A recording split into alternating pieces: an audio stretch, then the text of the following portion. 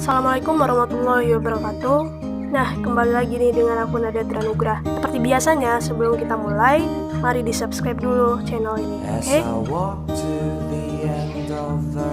Nah, sebelumnya kenalin, nama aku Nada Tranugrah dengan NIM 120.802.23481 dari kelas Agroteknologi 2C. Nah, di sini aku bakal ngejelasin salah satu materi dari genetika. Kalian penasaran kan apa judul kali ini? Ayo simak dengan baik-baik. Jadi materi kali ini berjudul sumber daya genetik. Nah, mungkin udah ada yang tahu ya tentang sumber daya genetik, ada juga yang nggak tahu. Jadi aku bakal ngejelasin tentang sumber daya genetik itu apa di sini.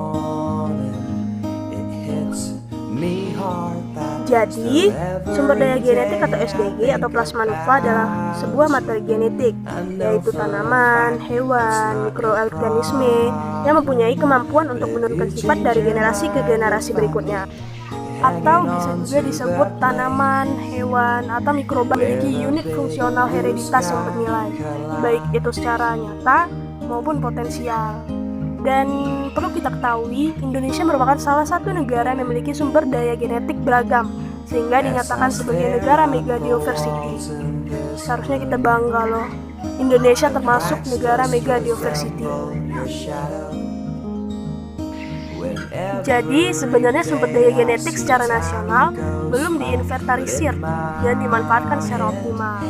Lalu eksplorasi sumber daya genetik, yaitu contohnya kegiatan pencarian dan pengumpulan atau koleksi yang kemudian diikuti dengan identifikasi, karakterisasi, dokumentasi, dan evaluasi. Lalu koleksi, dimana koleksi ini untuk menghindari lenyapnya jenis-jenis yang ada, terutama yang mempunyai keunggulan lokasi spesifik, interest, unik, sumber pangan, bersifat fungsional, dan bahan populasi dasar pemuliaan.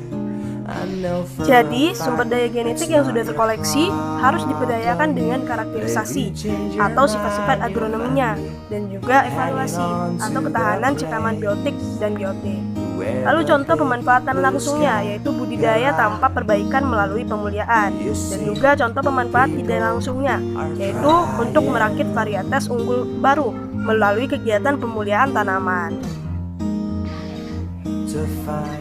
Lalu ada yang namanya sumber daya genetik hewan, di mana sumber daya genetik hewan ini hewan material genetiknya, tetapi tidak termasuk ikan, yang mengandung unit-unit yang berfungsi sebagai pembawa sifat keturunan, baik bernilai aktual maupun potensial, yang dapat dipergunakan untuk menciptakan rumpun atau galur yang baru.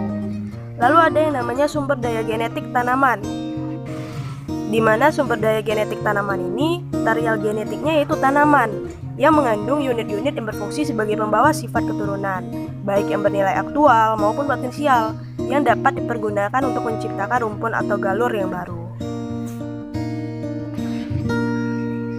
Lalu dijelaskan dalam protokol Nagoya, disebutkan pemanfaatan sumber daya genetik dilakukan dengan melakukan penelitian dan pengembangan pada genetik dan komposisi biokimia sumber daya genetik, termasuk melalui penerapan bioteknologi.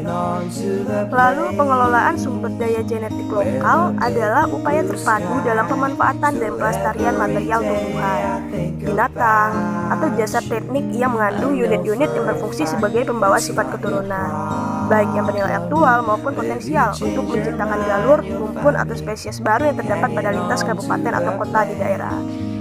Nah, sekian penjelasan saya kali ini. Semoga kita bisa bertemu di materi-materi selanjutnya. Salah dan kurang mohon dimaafkan. Saya akhiri dengan Assalamualaikum warahmatullahi wabarakatuh.